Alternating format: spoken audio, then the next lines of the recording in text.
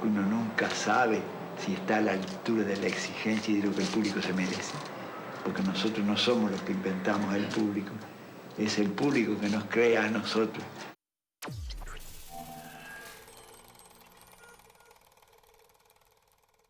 Yo empecé mi actividad teatral a los 7 años en Fray Bentos, en el Teatro Jun de Fray Bento. El Teatro Jun de Fray Bento y el Teatro La Rañaga de Salto, el Florencio Sánchez de Paysandú, el Mació de San José, el España de Melo, todos los teatros del Uruguay que yo conozco eran locales, lugares donde había un enorme movimiento teatral. Un muchachito como yo, Carlos Antonelli, que era actor de esa compañía, me dice, vos y yo tenemos que venir al Teatro Independiente. Y entonces en el año 1940 yo integré el Teatro del Pueblo, que ya hacía 3 años que existía. Se había inaugurado en lo que fue después el Teatro Mitre, en Bartolomé Mitre, en casi Buenos Aires, enfrente al Solís. Ahí dio La Sirena Varada de Alejandro Casona. Y a partir del año 40 tuvimos una actividad muy grande teatralmente, con siempre teatros alquilados. La cultura fue muy importante para este país. Yo estoy muy orgulloso de ser uruguayo, porque el Uruguay, sobre todo en la primera mitad del siglo XX, fue una cosa espectacular.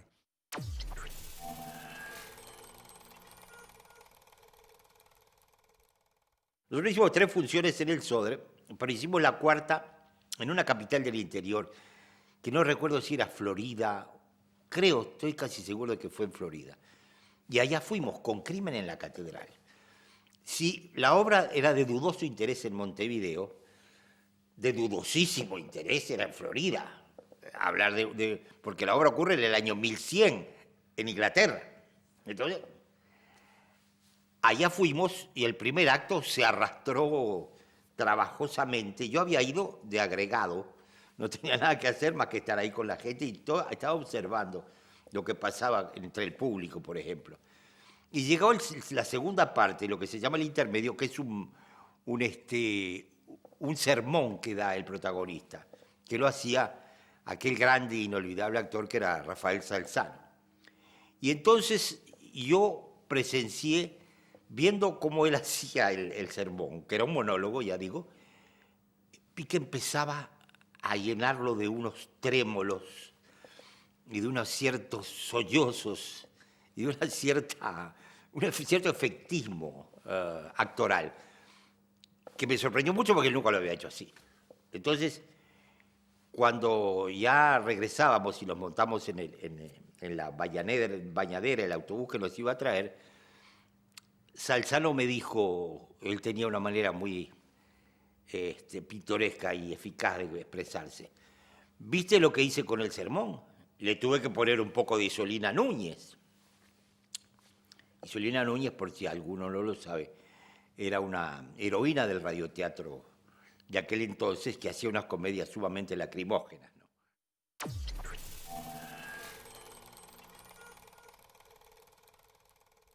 Yo estaba en una compañía de teatro de Débora Valiente y en la programación apareció Espectros de Ibsen para llevar al radioteatro. La hicimos, tuvimos una gran aceptación, la volvimos a hacer y de pronto uno de los oyentes, que se llamaba Atahualpa del Chopo, llamó para saludar y felicitar por lo que habíamos hecho con la obra de Ibsen. Y Débora Valiente lo invitó a que se animara, porque hasta entonces el oyente que se llamaba Atahualpa del Chopo había dirigido La Isla de los Niños y no había hecho teatro para mayores. Entonces, que se animara a dirigir Espectros. Y No sé porque yo no estuve en esa reunión, pero Del Chopo parece que hizo una gran reflexión sembrada de asombro y dijo, ¿sabe qué? Este desafío me tienta demasiado, vamos a llevarlo adelante. Entonces hicimos Espectros de Ibsen, yo hacía Osvaldo, y Del Chopo dirigía, y ahí lo conocí. Y la llevamos adelante, fue el primer espectáculo para adultos que hizo Del Chopo.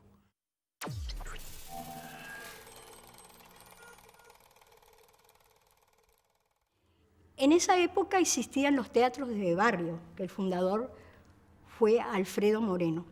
Así que con nuestros espectáculos salíamos, tanto como los infantiles como los juveniles, haciendo teatro por todos los barrios, que fue muy interesante, muy importante, una experiencia bastante dura en algunos lugares donde la gente nunca había visto teatro, nos tiraban piedras. Cuando Mirandolina, una de mis compañeras, le incendiaron el traje que nos había prestado el Sodre, del lado de atrás le prendieron fuego.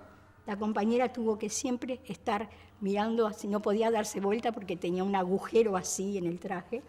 Bueno, buenas experiencias porque se llevaba al teatro a lugares, a pajas blancas, a piedras blancas.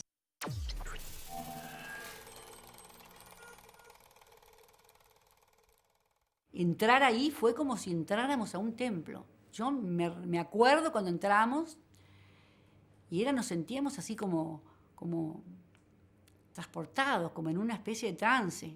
Así me sentí yo. Y todos los que están ahí en esa foto, y otros que no estaban, que no pudieron llegar, y otros que ni se ven. Yo no soy para nada religiosa, no, jamás lo fui, pero tiene un sentido, yo te diría que casi como bíblico, o religioso en el sentido de lo que es el fenómeno teatral, ¿no?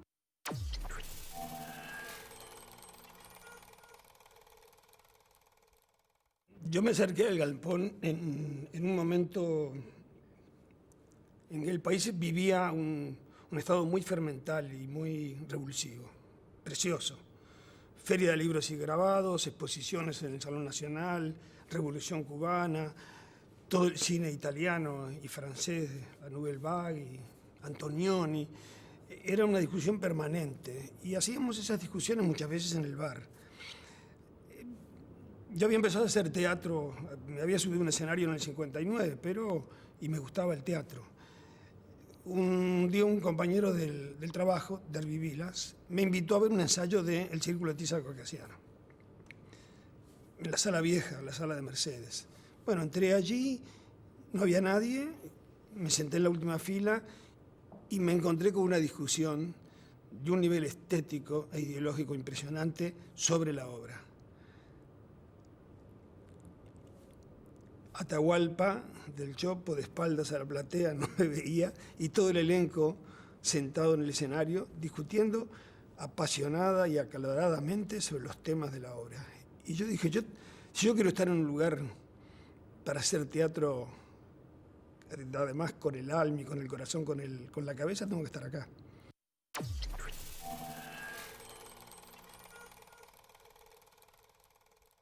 La prueba para ingresar a la escuela, que yo tomé un cuento sin la menor idea de Jalil Gibral Jalil y tenía como 8 páginas el cuento.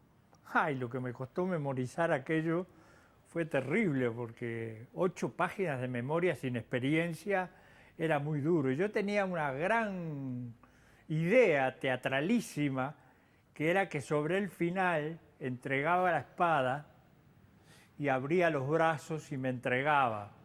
Eso era en la página, en los últimos renglones de la página 8. Y me acuerdo que frente a mí estaba Atahualpa, estaba Ulibe, el jurado, estaba... Yo creo que a la página y 3 renglones me dijeron, está muy bien, muchas gracias.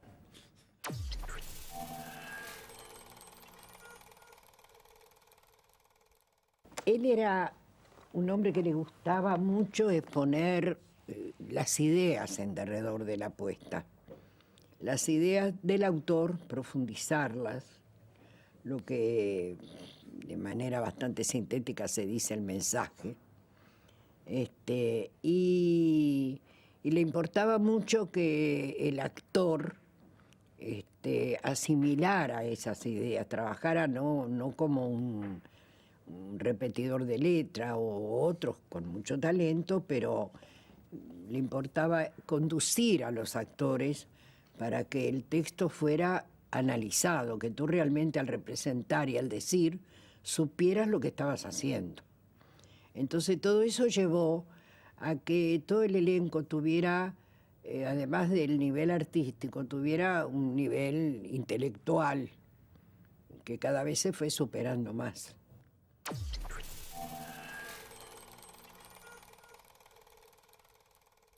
Desde muy temprano en el Galpón surgió una idea humorística para aliviar un poco los rigores del trabajo, y era hacer una galponeada.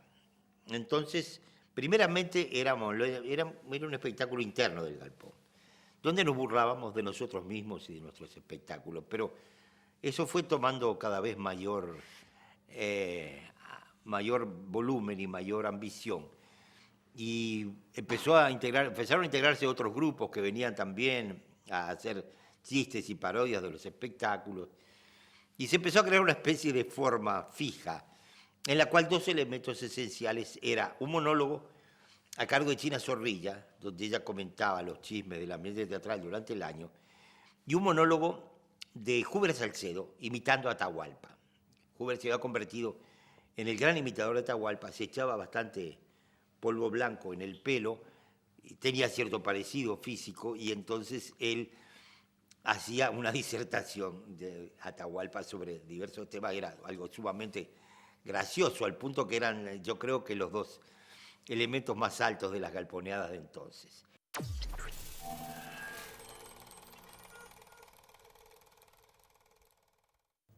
Una vez estábamos en el Galpón, en la sede antigua del Galpón, acá en la calle Mercedes y Minas, que había una casa que habíamos comprado nosotros, que después la vendimos para comprar el Teatro de 18, y alguien vio que había una persona leyendo la cartelera, y le llamó la atención a aquella persona que nadie conocía, que miraba la cartelera y leía todo lo que había ahí, y eran cosas internas, ¿no? Y le fue a preguntar, dígame, ¿y usted quién es? Yo soy un senador chileno, dice Allende.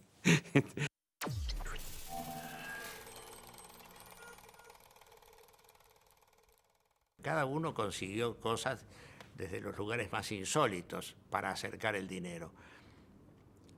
Pero la cuestión era gestionar eso, hablar con los que vendían la sala, con los dueños, que se llamaban Rodríguez de Tembleque, muy gracioso el nombre, pero no temblaban nada a la hora de decirte que eran, no me acuerdo cuánto, pero vamos a suponer que dijeran $2 millones. Lo digo así porque a lo mejor eran 20 millones de dólares, pero era tan inaccesible 20 como 2. No teníamos nada. Pero, por supuesto, no era fácil vender el Gran Palace. ¿A quién se lo iban a vender? ¿Quién iba a querer ese enorme teatro que tenía una cuadra de largo? Un enorme hall tan grande como la sala, ¿no? Era realmente muy difícil. Y tenía arriba la famosa sede del Galpón, pero que en aquel momento era la casa, habitación de los Rodríguez de Tembleque.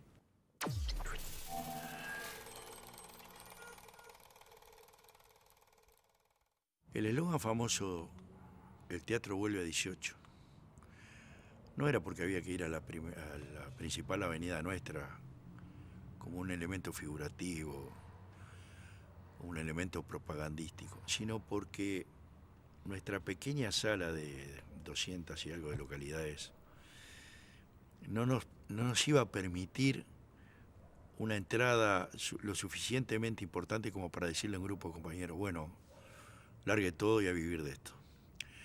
Se suponía que con 2 salas, una sala más grande, nosotros íbamos a cumplir ese objetivo. Entonces salimos a hacer de todo. Salimos a vender bonos, a vender butacas, bonos de a peso, $1 para el Galpón.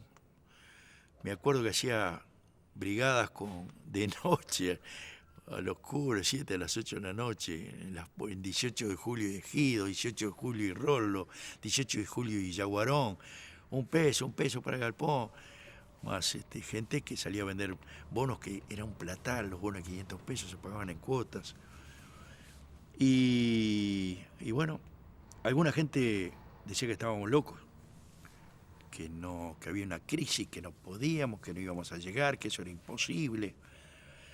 Pero otra gente dijo que nos decía que sí, que iba a ser posible porque el Galpón tenía un enorme poder de contacto con nuestro pueblo. Si hay una sala que es del pueblo uruguayo, es esta sala.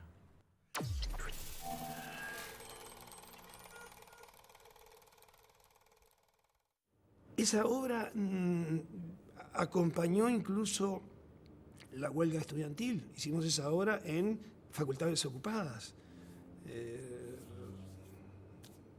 Varias, odontología, medicina. La de medicina además muy especial porque en ese momento habían intentado con gases lacrimógenos entrar a la facultad y todavía en el ambiente no se podía respirar y los alumnos de medicina nos daban frasquitos de amoníaco para que resistiéramos las bombas de gases. Pero además fuimos a la Federación de la Carne, un momento muy difícil, cuando el famoso paralelo 38, que era cuando se cerraba el puente del Pantanoso, y se abrían las barricadas para que entrara la camioneta con los actores del Galpón. Fue realmente una aventura maravillosa. Es decir, tengo el gusto de decir que el Galpón a mí me hizo vivir una vida muy, muy sana, muy alegre y sabiendo siempre lo que estaba haciendo y muy placentera. Y digamos que de alguna manera eso culminó con la huelga general. Nosotros armamos un grupo durante la huelga general, que se cerraron todos los cines, todos los teatros, donde íbamos a visitar a las fábricas ocupadas y hacíamos unas canciones, algunos sketches. Algunas veces no podíamos hacerla porque en el momento que llegábamos estaba desalojando la policía o el ejército de la fábrica, pero ya íbamos a otra fábrica, hicimos varias. En ese momento, otra satisfacción es haber estado con lo mejor del pueblo uruguayo en un momento tan difícil, ¿no? Y había otro grupo que salía, que es muy interesante, que yo creo que no se ha hablado mucho de eso. Otro grupo que salía por las fábricas era Atahualpa del Chopo, Eduardo Proust, Sara Laroca y Rubén Cháñez. Sara y Rubén decían algunos poemas, y Atahualpa y Proust, y Atahualpa y Rubén hablaban de teatro. Y se juntaba toda la gente que estaba en la ocupación a escuchar hablar de teatro.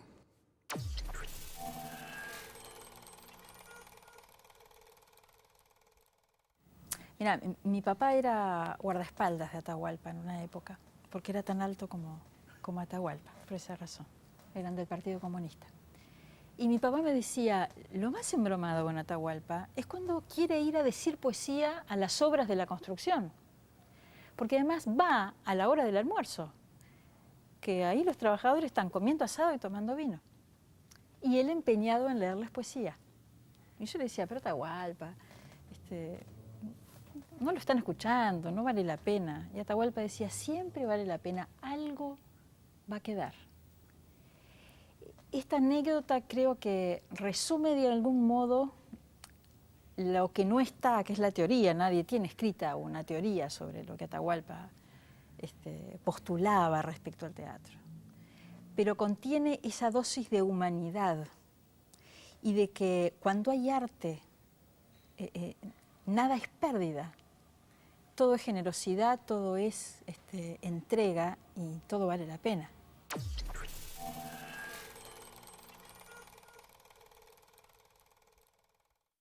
Mi padrastro, que era Daniel Pierri, papá y yo partimos para el aeropuerto.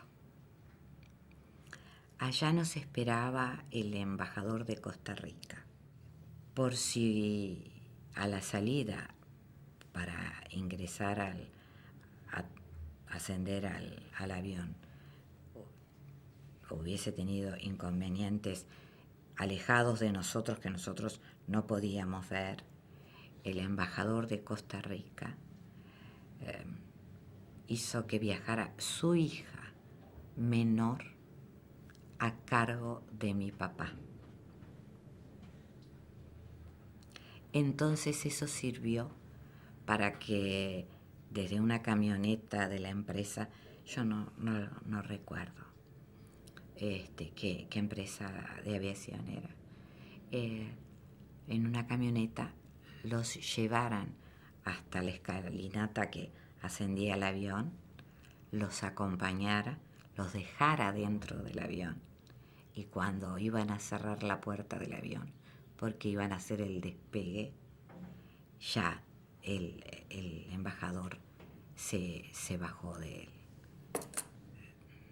del avión para asegurar que sí, que se iba en vuelo y que realmente partía de Uruguay sin problemas.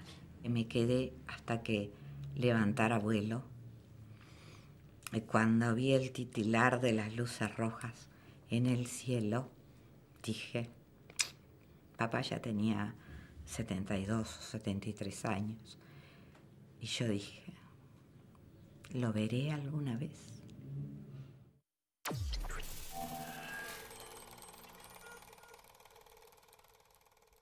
Fueron años donde fue de gran solidaridad entre la gente, donde se había soportado todo lo que era la tortura y el encierro y el acoso, con un apoyo entre todos, donde todos dábamos algo de lo que sabíamos para sostener la entereza y el buen ánimo para sostener todo eso. A mí me tocó contar lo que era el galpón, contar las obras, a veces a escondidas dirigir alguna cosa de teatro. Otras compañeras inventaban obras que luego llegamos a dar a la salida de la dictadura, una obra de teatro para niños que dirigimos con Moretti. Y realmente nosotros seguimos contando lo que era nuestra actividad allí dentro con una actividad cultural dentro de lo que podíamos y a escondidas que lo hacíamos. A la salida, yo salí al año y medio, mi compañero quedó como 5 años adentro. Realmente tuve un apoyo de todo el movimiento teatral muy entrañable. En el año 77 salí yo, en el 78 ya me invitaron a hacer teatro, Carlos Aguilera fue el primero, en el Teatro de los Pocitos, que luego fue el Teatro La Candela, que lo construyó, lo reinauguró un grupo de gente, entre los que estaban Héctor Guido, que fue de los que más trabajó en eso.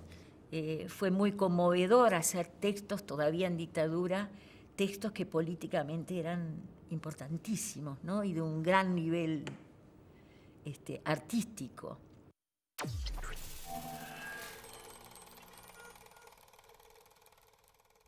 Cuando comenzamos a conocernos y a reconocernos entre los que resistían con el canto y los que resistíamos con una obra de teatro, cuando empezamos a reconocernos un día, bueno, cada uno recomendaba a un artista, mirá que puede venir fulano, sultano, que conozco a este.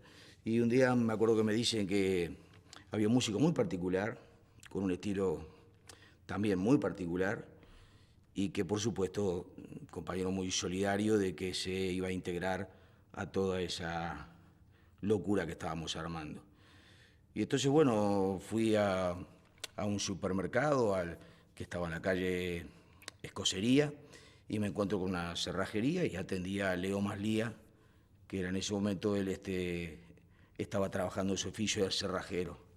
Y la sorpresa fantástica cuando lo escucho en el astral, de comprobar primero su locura y que por sobre todas las cosas esa locura maravillosa pasaba por un arte y una propuesta nueva que me conmovió y que me daba cuenta que lo que estábamos haciendo quizás era algo que iba a perdurar en el tiempo. Y bueno, todo ese movimiento de la música siempre fue una prima hermana del teatro, y yo creo que nos apoyamos muchísimo en toda la dictadura no solo del canto popular, el teatro, sino la gente que estaba con sus imprentas, editando libros. Creo que fue un momento de muchísima solidaridad, que finalmente creo que esa fue una de las herramientas, de las armas brutales que tuvimos para derrotar una dictadura tan terrible como esa.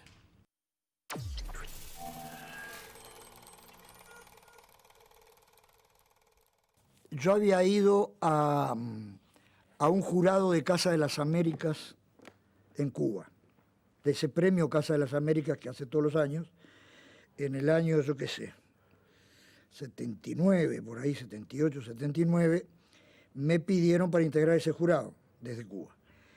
Y estaba Benedetti viviendo en Cuba en ese momento. Y me acuerdo que tomábamos café, charlábamos, y le pregunté qué estaba escribiendo. Y Mario me dijo que estaba haciendo una nueva novela donde se enfrentaban el torturador y el torturado. No el torturador físico, de agresión física, sino el torturador, lo que acá en la dictadura se llamaba el bueno, el que venía a sugerir al preso que hablara porque le iba a ir mejor, etcétera, etcétera. Porque acá siempre había dos caretas para enfrentar al preso. Y Benedetti había agarrado ese camino. Yo le pedí que escribiera no una novela, sino una obra de teatro, que la precisábamos para manejar el tema en distintos lugares del mundo. Y Mario me dijo una cosa, me dijo, mirá, yo nunca fui un buen dramaturgo, si la cosa llega a ser útil, la intentamos, yo hago un boceto, voy a México, lo leemos y ustedes me dicen lo que hay que hacer.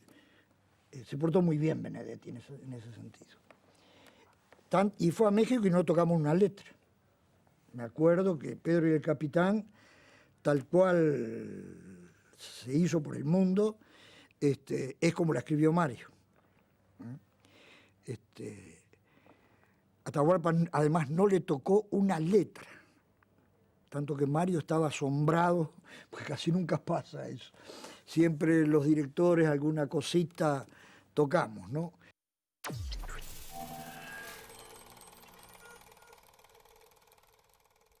No solamente se quedaron con todo, sino que la sala de Mercedes robaron absolutamente todo.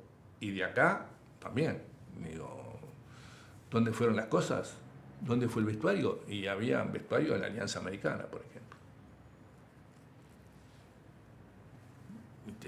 Todo eso. Entonces, difícil después de rastrear. Lo que devolvieron en el 85, cuando Sanguinetti decreta eso, fue simplemente la sala y algunas cosas. Después hubo que hacer todo de nuevo, luces, audio, todo. Todos los equipos de audio y de luces de Mercedes, ¿dónde fueron? Nadie sabe.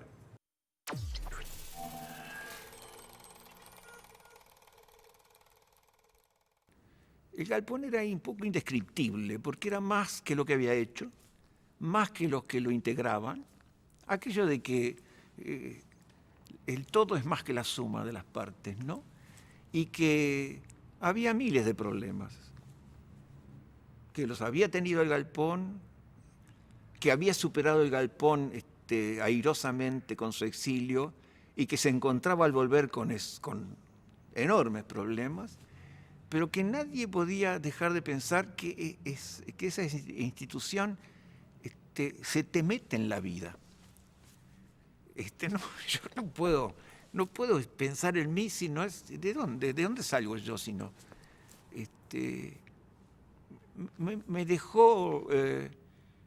hay cosas de las cuales reniego, no quiero volver a hacerlas. No quiero volver a hacerlas, y no las hago. Pero hay cosas que no las podría hacer si no las hubiera aprendido acá, en el galpón. Mal, bien, lo que fuera, pero había una especie de búsqueda de búsqueda de dignidad personal. Eso del servidor público, eso del eso de que formas parte de la sociedad, eso de que no sos, eso de alguna forma, que luego lo haría Grotowski o trataría de hacerlo Grotowski, es transformar al actor en un santo laico. Porque de alguna manera nosotros, no es que santifiquemos la vida, pero desde el teatro, pero la mostramos porque nos interesa la vida. Cuando estamos en contra de algo es porque sentimos que atenta contra la vida. Entendiendo por vida, bueno, un pasar por la tierra que tenga sentido. Es como que el arte busca darle sentido a las cosas sabiendo que nunca va a poder dárselo. Pero el intento de dárselo es lo que le da sentido. Lo que importa no son las respuestas, son las preguntas.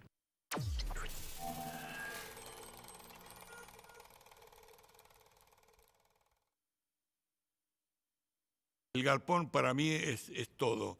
Y hace muchos años que me fui del galpón, pero mis compañeros que están acá saben que siempre tienen mi profundo amor por todas las cosas que están haciendo. Cada lugar del galpón, en todo esto que se fue llevando adelante, como la sala Atahualpa, como la sala Cero, la renovación de la sala, significó una gran conmoción emotiva en mi vida. Porque de alguna manera es una especie de sitio que me corresponde y al que le pertenezco a todos los niveles. Yo actualmente llevo el archivo del galpón. Estoy sometida a una disciplina de continuamente estar viendo los documentos y nos ha tocado trabajar un pequeño fondo de Atahualpa. Más allá de todos los documentos que están en la historia del galpón sobre Atahualpa, hay cosas que son propias de él y realmente es un maestro para toda la vida, un maestro de vida, porque él vinculaba mucho el teatro al hombre en su realización, al hombre. Es muy difícil hablar de él porque nos falta ahora, ¿no? Y ya no tenemos esos maestros, no sé, nos han ido unos cuantos. Sara también, Chino, Atahualpa. Pero él conserva un lugar de privilegio en nuestro... En lo que hacemos, él está presente. Por la forma en que defendió la tarea artística. Hay algunas cartas que él dirigió a los compañeros, de artística en otros años, y que por suerte están conservadas, que son memorables, ¿no? Digamos, sobre el quehacer teatral, el quehacer artístico, lo que hay que defender. Es una enseñanza para toda la vida. En cierto modo, el teatro es el hombre. Y hemos llegado a descubrir que es más fácil doctorarse a veces de ingeniero,